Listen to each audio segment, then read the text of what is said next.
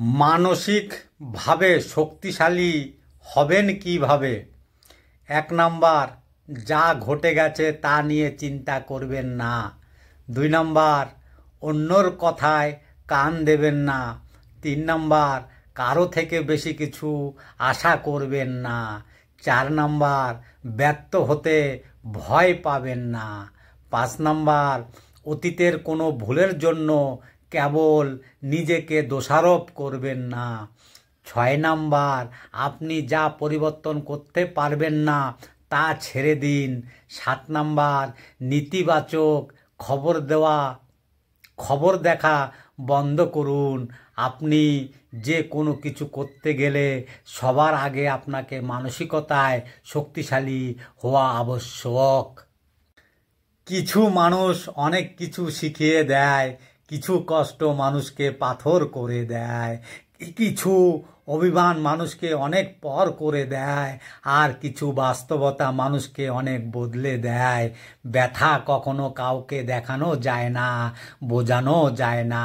যার ব্যথা শুধু সে বোঝে। জানিস ভাই, এই পৃথিবীতে মানুষগুলো সত্যি খুবই ভালো। আঘাত দিয়ে বলবে ব্যথা পেয়েছো, কষ্ট দিয়ে বলবে চুপচাপ কেন আছো, আর কাঁদিয়ে বলবে কাঁদছো কেন। সময় পেলে কথা বলার নাম ভালোবাসা নয়, সময় বের করে কথা বলার নামই ভালোবাসা। যে তোমাকে সত্যিকারের ভালোবাসবে, শত ব্যস্ততার মাঝেও খোঁজ খবর নেবে। জীবনে ৩ জনকে কখনো ক্ষমা করতে নেই। ১ নাম্বার, ভালো না বেশে যে অভিনয় করে। ২ নাম্বার, যে বন্ধুত্বের সুযোগ নিয়ে বেইমানি করে। ৩ নাম্বার, যে বিশ্বাসের অমর্যাদা করে। একদিন একটি পাখি মৌমাছিকে প্রশ্ন করল, এত কঠিন পরিশ্রম করে তোমরা মধু তৈরি করো, কিন্তু মানুষ সেই মধু চুরি করে, তোমাদের কষ্ট হয় না? মৌমাছির উত্তর, না, কষ্ট হয় না, কারণ মানুষ শুধু আমাদের মধুই চুরি করতে পারে, আমাদের কৌশল নয়। ঠিক তেমনি কেউ হয়তো আপনার অর্জিত সম্পদ চুরি করবে, তবে আপনার সত্তা চুরি করতে পারবে না।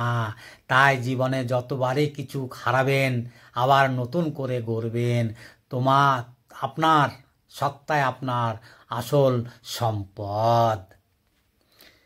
কিছুই করতে পারলাম না জীবনে, না পারলাম কারো মনের মতো হতে, না পারলাম নিজের জীবন সাজাতে, না পারলাম নিজের শখগুলো পূরণ করতে।